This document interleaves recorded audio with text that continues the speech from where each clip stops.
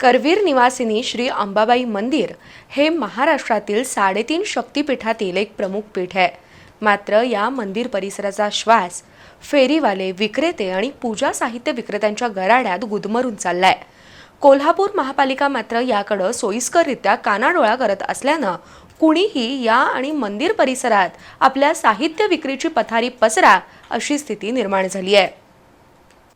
श्री अंबाबाई मंदिर तीर्थक्षेत्र विकास आराखड्याची युद्ध पातळीवर अंमलबजावणी सुरू आहे। पहिल्या टप्प्यातील सर्व कामं अंतिम टप्प्यात आली आहेत। लवकरच दुसरा टप्पाही सुरू होईल। त्यामुळे भविष्यातील आपल्या दुकानदारीवर डोळा ठेवून अनेक जण मंदिर परिसरात रोजच अतिक्रमण करतात। कुणीही या आणि आपला स्टॉल लावा अशीच परिस्थिती या ठिकाणी झाली आहे। मंदिरात देवस्थान समितीच्या वतीनं केवळ 28 दुकानं अधिकृतरित्या चालवतात, पण मंदिराबाहेरील परिसर हा महापालिकेच्या अखत्यारीत येतोय।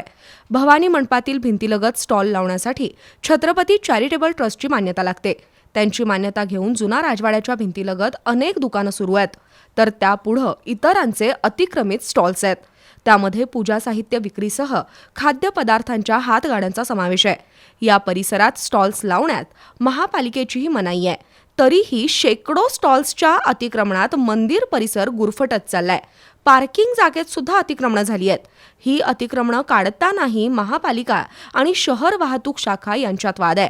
भवानी मंडपातील दुचाकी वाहन पार्किंग सुविधा गेल्या आठवड्यात वाहतूक कोंडीचं कारण दाखवून बंद करण्यात आली आहे, पण त्याही जागी आता चप्पल विक्रेत्यांनी आपल्या पथारी पसरल्यात आणि रोज ही संख्याही वाढत चालली आहे। त्यामुळे सर्वच स्तरावर मंदिर परिसरातील अतिक्रमणाकडे शासन यंत्रणेची उदासीनता असल्याचं दिसून येत आहे।